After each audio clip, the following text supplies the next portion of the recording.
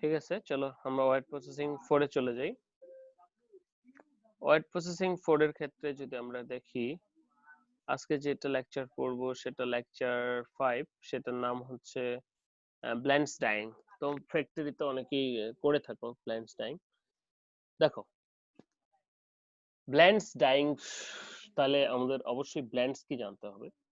তো ব্লেন্ডিং এবং মিক্সিং এর ভিতরে কিছুটা পার্থক্য আছে। তোমাদের যখন র মেটেরিয়াল 1 পড়িয়েছিলাম তখন একটা উদাহরণ দিয়েছিলাম, আমি পড়িয়েছিলাম কিনা জানি না, সেটা হচ্ছে যে ব্লেন্ডিং এবং মিক্সিং এর যে ব্লেন্ডিংটা কি মিক্সিংটা কি, যে মনে করো তুমি মুড়ি চানাচুর খাচ্ছ, এটা একটা ঘটনা। আর তুমি আহ, 2 প্রকার বা 3 প্রকার চানাচুর একসাথে মিক্স করে একসাথে নিয়ে খাচ্ছ, সেটা আর একটা ঘটনা। তো এই দুটো ঘটনাকে আমরা দুটি ভাবে বলতে পারি। তো মুড়ি এবং চানাচুর যেখানে মিক্স করা হচ্ছে সেটাকে আমরা ব্লেন্ডিং বলতে পারি, এবং যেখানে বিভিন্ন ক্যাটাগরির, অর্থাৎ গিরিধারী চানাচুর হতে পারে, অন্বেষা হতে পারে, বম্বে হতে পারে, সেটাকে আমরা বলছি কি, মিক্সিং।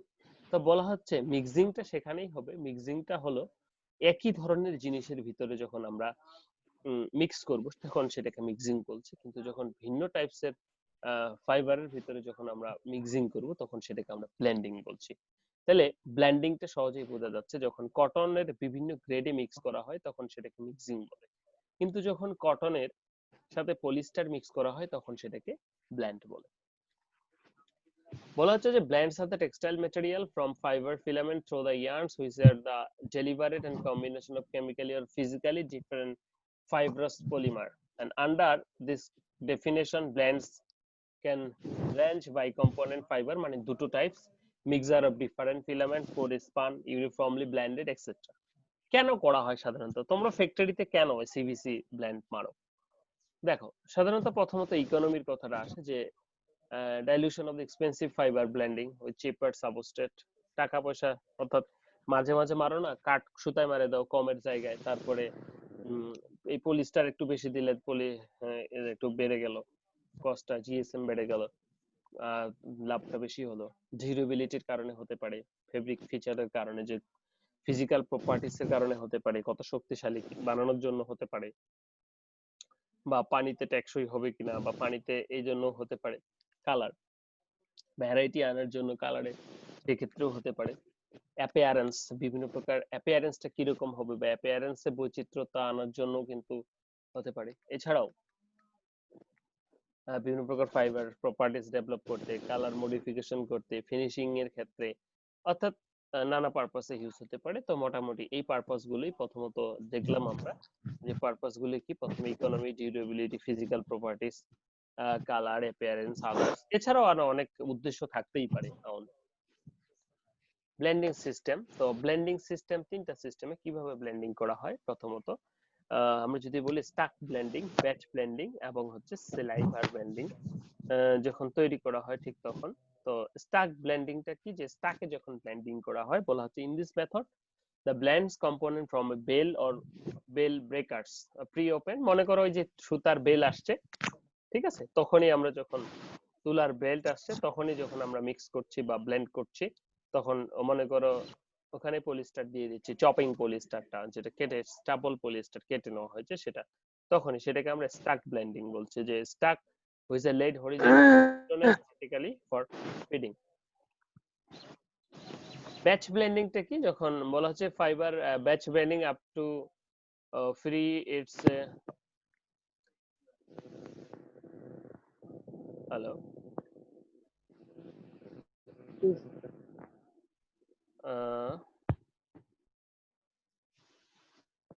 কোথায় ছিলাম আমরা, এখানে ছিলাম, ওকে।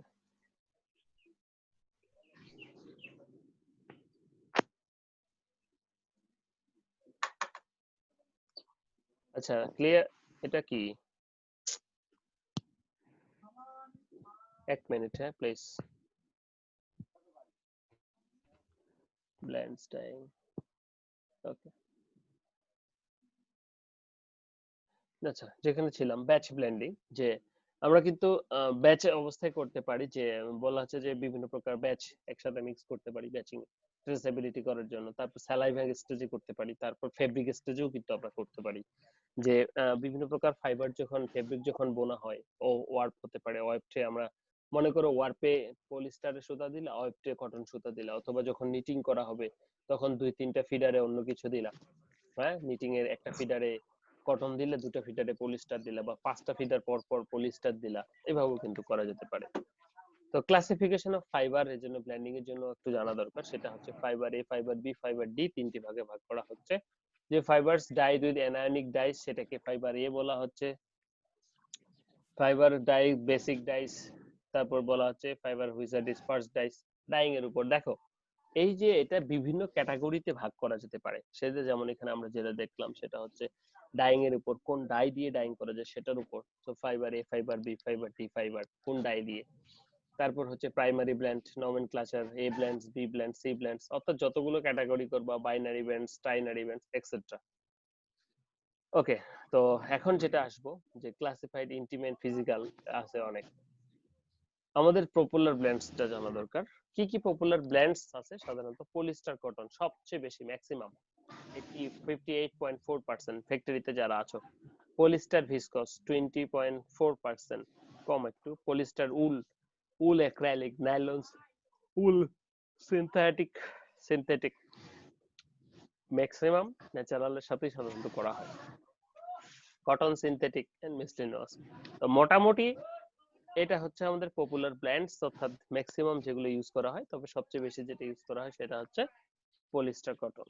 ওকে, এবার চলে আসি টাইপস অফ শেডস। তো এই শেডে আমরা একটু আসবো, কত প্রকার শেড হয়, যেহেতু আমরা ব্লেন্ডিং করছি কালার বৈচিত্র্যতা আনার জন্য। তো একটু দেখি যে রিভার্স শেড, রিভার্স মানে অপোজিট, মানে একটা বলা হচ্ছে যে one component is died while the second component is kept reserved, অর্থাৎ আনডাইড থাকবে, সেটাকে আমরা রিভার্স শেড বলছি। মনে করো কিভাবে বলবো, ইয়েস, যে ছবিটা এখানে দেওয়া আছে দেখো, এখানে যে লুপের যেগুলি আছে সেগুলা হচ্ছে পলিস্টার বা কটন ধরে নিলাম একটা। তো যেখানে আমরা কি করছি, যখন ডাইং করছি তখন কি হচ্ছে, হয়তো কটনটা করছি, পলিস্টারটা করছি না, অথবা পলিস্টারটা করছি, কটনটা করছি না, যার কারণে কি একটা আনডাইড থেকে গেল। তো সেটাকে আমরা রিভার্স শেড বলছি। আমরা যদি এরকমটা বলি, এটা একটা ওভেন ফেব্রিক, ওয়ার্প সুতাগুলো সব পলিস্টার, ওয়েভ গুলো সব কটন, তাহলে আমরা যদি রিঅ্যাক্টিভ ডাই দিয়ে ডাইং করি তাহলে কি হবে, এইগুলো শুধু ডাইং হবে, এগুলো ডাইং হবে না, তাই না? তাহলে একটা ডাইং হবে আর একটা আনডাইং থাকবে, লেফট থেকে যাবে। ওকে, ক্রস শেডের ক্ষেত্রে যদি আমরা আসি, তো প্রথমটা হচ্ছে রিভার্স শেড, তার মানে দুটো কম্পোনেন্টের রিজার্ভ শেড, দুটো কম্পোনেন্টের ভিতরে কি একটা কম্পোনেন্ট আমরা ডাই করছি আর একটা রিজার্ভ রেখে দিচ্ছি। ওকে, ডাই করছি না, আনডাইড রাখছি। নাও ক্রস শেড বলা হচ্ছে যে two components of the blends are dyed with two different dye classes into different hues or shade producing mixed effect। দেখো এই যে ঘটনাটা বললাম, এটার ক্ষেত্রে পলিস্টারটা যদি আমরা গ্রিন দিয়ে ডাইং করি, সবুজ, এবং ওয়াইফটা যদি আমরা কটন রেড দিয়ে ডাইং করি, রেড, তাহলে কি হবে, এপাশের গুলো গ্রিন হবে, এপাশের গুলা সবুজ হবে। সেটাকে আমরা ক্রস শেড বলি, যখন দুটো ভিন্ন কালারের কম্পোনেন্ট বা দুটো ভিন্ন কম্পোনেন্ট ভিন্ন কালারের হবে। তো এখানে কিছু রিজার্ভ শেড দেখা যাচ্ছে, তোমরা দেখতে পাচ্ছ, একটা ডাই আছে আর একটা আনডাইড হয়েছে। তাহলে ক্রস শেডটা কি? ক্রস শেডটা হচ্ছে যে একটা মনে করো সবুজ ডাইং হলো, একটা নীল ডাইং হলো, বা দুটো ভিন্ন ভিন্ন কালার বা দুটো ভিন্ন ভিন্ন হিউ এখানে ইউজ করা হবে। শ্যাডো ইফেক্ট যাওয়ার আগে আমাদের সলিড ডাইংটা একটু দেখা দরকার, বা ইউনিয়ন ইফেক্ট। যখন আমাদের কটন পলিস্টার থাকা সত্ত্বেও আমরা কি করি, দুইটা কম্পোনেন্টসকেই একই হিউয়ে ডাইং করি, তখন সেটাকে আমরা কি সলিড শেড বা ইউনিয়ন ডাইং বলছি। এখন এখানে কি পলিস্টারটাও যেই ডেপথে কালার করা আছে, কটনটাও কিন্তু সেই ডেপথেই কালার করা আছে, সেজন্য সেটাকে আমরা সলিড ডাইং, সলিড শেড বা ইউনিয়ন ডাইং বলছি। তাহলে আমরা কয়টা দেখলাম শেড? তিনটা শেড দেখলাম। রিজার্ভ শেড অর্থাৎ একটা রেখে দিব, একটা ডাইং করব, দ্বিতীয়ত ক্রস শেড, দুটোই ডাইং করব কিন্তু দুটো ভিন্ন ভিন্ন ডাইং কালারে ডাইং করব, তৃতীয়ত আমাদের থার্ড যেটা রয়েছে সেটা হচ্ছে সলিড শেড, মানে হচ্ছে পুরোটাই একই ভাবে ডাইং করব, একই কালারে ডাইং করব, একই শেডে একই ডেপথে ডাইং করব। এছাড়াও আমাদের শ্যাডো শেড রয়েছে একটা। এই শ্যাডো শেডের ছবিতে তোমরা দেখতে পাচ্ছ, তো ওই কিছুদিন আগে তোমরা দেখে থাকবো যে ভারত বাংলায় কিছু গান দিত মিউজিক ভিডিওতে, সেখানে এরকম কোট প্যান্ট ইত্যাদি পরা হতো। তো শেডিং যেটা, তো শ্যাডো শেডের বৈশিষ্ট্য হচ্ছে যে এখানে তোমরা বাড়িতে চাইলেও করতে পারবে এই শ্যাডো শেডটা। তো এখানে 100% কটনও হতে পারে বা ব্লেন্ডিংও হতে পারে, নো ম্যাটার। তো দেখো যে ডেপথনেস অফ দ্য শেড প্রথমের দিকে কি কম, ডেপথটা কি কম, কম ডাই, দ্বিতীয়তে আরেকটু বেশি, তৃতীয়তে আরেকটু বেশি, তৃতীয় চতুর্থ আরেকটু বেশি, পরে আরো বেশি। কিভাবে করা হয়? সিম্পল। আমরা যদি ধরে নেই যে এটা একটা এই কিভাবে বলি, এটা একটা বালতি, এখানে কালার আছে 500 মিলি বা 5000 মিলি ধরে নিলাম। ওকে, এখানে 5000 মিলিতে 1 কেজি ডাই দেওয়া আছে। ওকে, ডান। দুটো ভাবে হতে পারে। একটা ফেব্রিককে প্রথমে আমরা পুরোটাকে চুবাচ্ছি, মনে করে একটা গামছা, এটাকে কি করছে, এখানে একটা পুলিং অ্যারেঞ্জমেন্ট থাকে। ওকে, তো এখন এই গামছাটাকে এখানে পুরোটা ভিজিয়ে দিলাম, ডান। তো এই পর্যন্ত তাহলে কালার ধরলো। তো এটাকে 5 মিনিট পর কি করলাম, উঠিয়ে নিলাম উপরে। এই যে 5 মিনিট পর এই জায়গাটা তাহলে উপরে চলে গেল। আরো 5 মিনিট পর, মানে এটা 10 মিনিট, এই জায়গাটা উঠিয়ে নিলাম। আরো 5 মিনিট পর এটা আস্তে আস্তে আস্তে আস্তে এই জায়গাটা কি তাহলে সবচেয়ে বেশি থাকলো, তাই না? তাহলে এই জায়গাটা যত বেশি ডাইসের নিচে থাকছে, তাহলে সেখানে কি তত বেশি ডাইস ধরতেছে, তাই না? তো এই যে শেডিং ডিফারেন্সটা, এটাকে আমরা শ্যাডো ইফেক্ট বা টালো শেড বলতে পারি। তো এই ছিল আমাদের শ্যাডো শেড, সলিড শেড। ওকে, দেখলাম। তো এখন আমরা একটু ফেব্রিক প্রিপারেশনে যাব। ফেব্রিক প্রিপারেশনটা আমরা জানি সবাই, ফর ওভেন ফেব্রিক, নিট ফেব্রিকের জন্য ডিসাইজিং, স্কারিং, ব্লিচিং, মার্সারাইজেশন। নিট ফেব্রিক এর ক্ষেত্রে হিট সেটিং, স্কারিং, ব্লিচিং, মার্সারাইজেশন যদি দরকার হয়। এখানে কিছু কথা আছে হিট সেটিং নিয়ে, বিফোর হিট সেটিং এবং after hit setting. Hit setting আমরা ফ্যাক্টরিতে সাধারণত বিফোর করে থাকি, তবে আফটারও করা যায়, ডাইং এর পরেও। কিন্তু সমস্যা হচ্ছে যে ডাইং এর পরে যদি আমরা হিট সেটটা করি, সেই ক্ষেত্রে আমাদের যে কাঙ্ক্ষিত শেড সেটা আসলে নষ্ট হয়ে যায়, কারণ হিট সেটটা তো অনেক টেম্পারেচার, 180 থেকে 200 ডিগ্রি সেন্টিগ্রেড বা 210 ডিগ্রি সেন্টিগ্রেড করা হয় থাকে, সেই জন্য। তো হিট সেটটা আমরা সাধারণত কিসের ক্ষেত্রে করে থাকি, পলিস্টার বা থার্মোপ্লাস্টিক জাতীয় ফাইবারের ক্ষেত্রে করে থাকি। কেন করে থাকি? যে ডাইমেনশনাল স্ট্যাবিলিটি ঠিক রাখার জন্য। যে আমি বারবার একটা কথা বলি, যে মনে করো একজন কামারকে একটা লোহা দেওয়া হয়েছে, সে লোহাটা 1500 ডিগ্রি সেন্টিগ্রেডে গলিয়ে এরকম একটা শেপ করেছে। তো এটা 1500 ডিগ্রির নিচে কিন্তু আর কোনো রকম ডিফর্ম হবে না। তো একইভাবে পলিস্টারটাকে যখন 200 ডিগ্রি সেন্টিগ্রেডে ট্রিটমেন্ট করা হবে, তখন সে একটা ফিক্স হবে, একটা অবস্থানে চলে যাবে, শক্ত হয়ে যাবে। তো এই 200 ডিগ্রির নিচে যতই টেম্পারেচার দিয়ে পাস করা হোক না কেন, যতই প্রসেসে যাওয়া হোক না কেন, আমার ফাইবারটা কিন্তু ডিফর্ম হবে না লোহাটার মতো। কিন্তু যখনই 210-এর উপরে যাবে, তখন কিন্তু সেটা ডিফর্ম হবে। তো আমরা সাধারণত 130-এ ডাইং করে থাকি পলিস্টার। তাহলে এটাকে 200-তে হিট সেট করে কি আমরা একবারে ফিক্স করে দিলাম, তাহলে আর সে ডাইং করার বলি আর যে কোনো প্রসেস বলি না কেন, তারপরেও কিন্তু সে কোনো ডিফর্মেশন দেখাবে না বা শো করবে না। সো ওকে, বিফোর ডাইং এর ক্ষেত্রে আমরা যদি বলি যে বিফোর ডাইং এর হিট সেটিংটা সাধারণত 200 তে 180 করা হয়, এবং সবাই এটাকে লাইকলি সবচেয়ে বেশি ইয়ে করে থাকে, যে কি বলবো, যে এটাই চুজ করে থাকে। ঠিক আছে, ওকে। তারপরে আফটার ডাইং এর ক্ষেত্রে, ডাইং করার পর সাধারণত আমরা ইয়ে করে থাকি, যে হিট সেটটা করে থাকি, সেটাকে আফটার ডাইং বলছি। তো এই আফটার ডাইং এর যে রিস্কটা থাকে সেটা হচ্ছে আমার শেডটা ঠিক থাকে না। এবার আসি ডাইং এর ক্ষেত্রে, যেহেতু ব্লেন্ডস করেই ফেললাম, সেহেতু তো ডাইং করতে হবে ব্লেন্ডস কে।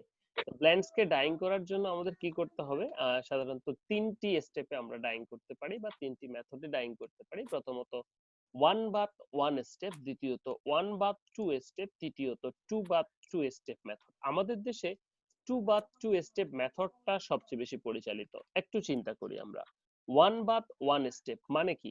একই সাথে ওয়ান বাথ ওয়ান স্টেপ মানে হচ্ছে একই সাথে আমার কি করতে হবে, কটনও ডাইং করতে হবে, পলিস্টারও ডাইং করতে হবে, যা মোটামুটি প্রায় প্রবলেমেটিক, অসম্ভব নয় যেহেতু ডাইং করা হয়। ওকে, কিন্তু ফ্যাক্টরিতে এখন সেভাবে হয় না। ওয়ান বাথ টু স্টেপ মাঝে মাঝে করা হয়, টু বাথ টু স্টেপ সবচেয়ে বেশি করা হয়। চলো আমরা ওয়ান বাথ ওয়ান স্টেপ থেকে শুরু করি। তাহলে ওয়ান বাথ ওয়ান স্টেপ মানে একই বাতের ভিতরে পলিস্টার রয়েছে, কটন রয়েছে।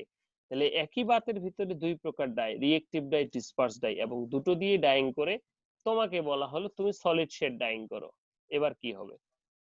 আমরা ফ্যাক্টরিতে সাধারণত কি করি যে পলিস্টারটা ডাইং করে নেই, পলিস্টারটা ডাইং করার পর আমরা কি করি, ল্যাবে যাই, ল্যাবে গিয়ে দেই, দিয়ে কটনের সাথে মিক্স কতটুকু ডাই দিয়ে ফাইনাল যে শেড সেটা আমরা আনার চেষ্টা করি। কিন্তু যখন ওয়ান বাথ ওয়ান স্টেপে যাব তখন কি হবে? বলা হচ্ছে one bath one step method is followed reduce cost of dyeing and drastically due to the near 50% reduction in use of water, heat, chemicals, and time and manpower, etc. But components of the blend may be favored through this time, যেমন nylon, উল, cotton, viscose সিমultaneously direct এমন dyeing করা যায়।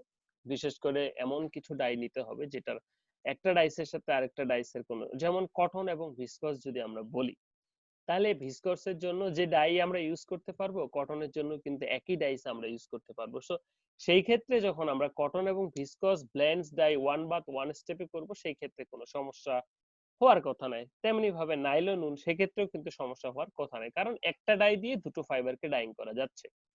কিন্তু সমস্যাটা তখন শুরু হবে যখন কিনা দুটো ভিন্ন ডাই, দুটো ভিন্ন ফাইবার জন্য দুটো ভিন্ন ডাই লাগবে। তখন আসলে যেমন পলিস্টার কটনের ক্ষেত্রে এই সমস্যাটা সৃষ্টি হয়। তো এই সমস্যাটা সমাধানের জন্য আমাদের বিভিন্ন প্রকার মেথড রয়েছে। তো ওয়ান বাট ওয়ান এর ক্ষেত্রে সাধারণত কটন পলিস্টার করা হয় না, তবে ওয়ান বাট ওয়ান স্টেপের ক্ষেত্রে কটন পলিস্টার কিভাবে করা যায় কিনা বা করা যাচ্ছে ল্যাব স্কেলে, সেটার জন্য প্রচুর গবেষণা চলছে। তো ওয়ান বাথ ওয়ান স্টেপ সাধারণত সিল্ক, উল, কটন, ভিসকস মনে রাখবা যে একই ধরনের ডাই দরকার, এরকম ডাই দিয়ে ডাইং করা হয়ে থাকে। যেমন কটন এবং ভিসকসের ক্ষেত্রে কি, যে কটনেরও রিয়েক্টিভ ডাই, ভিসকসেরও রিয়েক্টিভ ডাই, সেটা দিয়ে ডাইং করা যায়। ওকে, তো এখন আসি one bath two step. One bath two step মানে হচ্ছে একই বাতের ভিতরে দুইবার, একই বাতের ভিতরে দুটো স্টেপে ডাইং করব। মনে করো প্রথমে একই বাতের ভিতরে প্রথমে পলিস্টারটা ডাইং করে নিল, পরে কটনটা ডাইং করে নিলাম, অর্থাৎ পানি ফেলে দিয়ে, অর্থাৎ ফেব্রিক আনলোড করলো না, সেটাকে আমরা বলতেছি one bath two step. Third যদি বলি টু বাথ টু স্টেপ, এটা আমরা সবচেয়ে বেশি ফ্যাক্টরিতে করে থাকি, যেটা বললাম যে প্রথমে পলিস্টার করে নেই, পলিস্টার করে নেওয়ার পর সেটা ল্যাব ডিপ করি, ল্যাব ডিপ করার পর কটন পার্টটা ডাইং করে থাকি সাধারণত সলিড ডাইং এর ক্ষেত্রে। তো এটা দেখা যায় অনেক সময় সাপেক্ষ, যে শেড যতক্ষণ না মিলছে ততক্ষণ সাধারণত ডাইং করতেই হয়। বলা হচ্ছে two bath two step is most popular in industry and dye blends of two more fibres into different nature and three fibres out which is two are dyeable in class and third compound. So আমরা একটু two bath two স্টেপের ইয়েটা দেখবো। তার আগে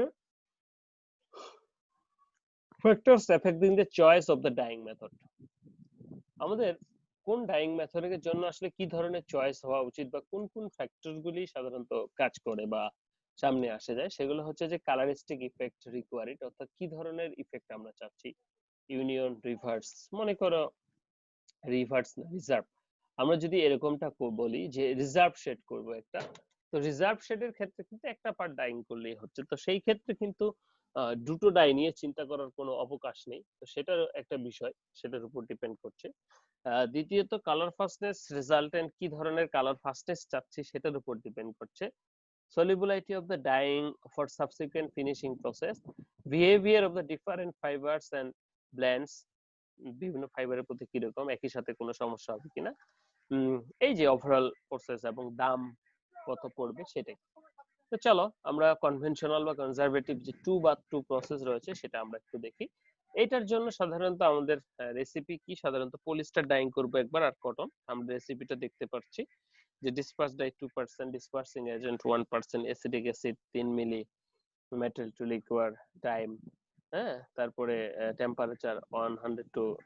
আচ্ছা, এখন question আসতেই পারে যে আমরা যদি কটনটাকে আগে ডাইং করি তারপর পলিস্টারটাকে ডাইং করি তাহলে কি সমস্যা? তাহলে যে সমস্যাটা সেটা হচ্ছে আমরা যেহেতু কটন ডাইং করি কততে, 60 তে, আর পলিস্টার ডাইং করি কততে, 130 এ ডাইং করে থাকি। তো যদি আমরা কটন ডাইং করার পর পলিস্টার ডাইং করতে যাই 130 এ, তাহলে কি হবে? কটনের যে কালার ছিল সেগুলো তো সাধারণত উঠে চলে যাবে বা শেডটা রিকভার করা সম্ভব হবে না। সেজন্য আমরা প্রথমে পলিস্টারটা ডাইং করে থাকি। আর পলিস্টার 130 এ ডাইং করা হয়। 130 এর পরে যদি 60 এ ডাইং করা হয়, পলিস্টারের ডাই কিন্তু উঠবে না। কারণ আমরা জানি ওই যে পলিস্টার 130 ডিগ্রি সেন্টিগ্রেড টেম্পারেচার লাগে। সো এটার হচ্ছে এই সুবিধা, এবং এজন্যই কিন্তু প্রথমে পলিস্টারটা করা হয়ে থাকে। প্রসিডিউর অফ পলিস্টার ডাইং নতুন করে বলার কিছু নাই। পলিস্টার যে রেসিপি অনুসারে সাধারণত আমরা ডাইং করে থাকি অ্যাসিটিক অ্যাসিড দিয়ে। ওকে, 60 তে 90 মিনিট বা যতক্ষণ শেড না মিলে আর কি, ঠিক ততক্ষণ ধরে ডাইং করতে হবে।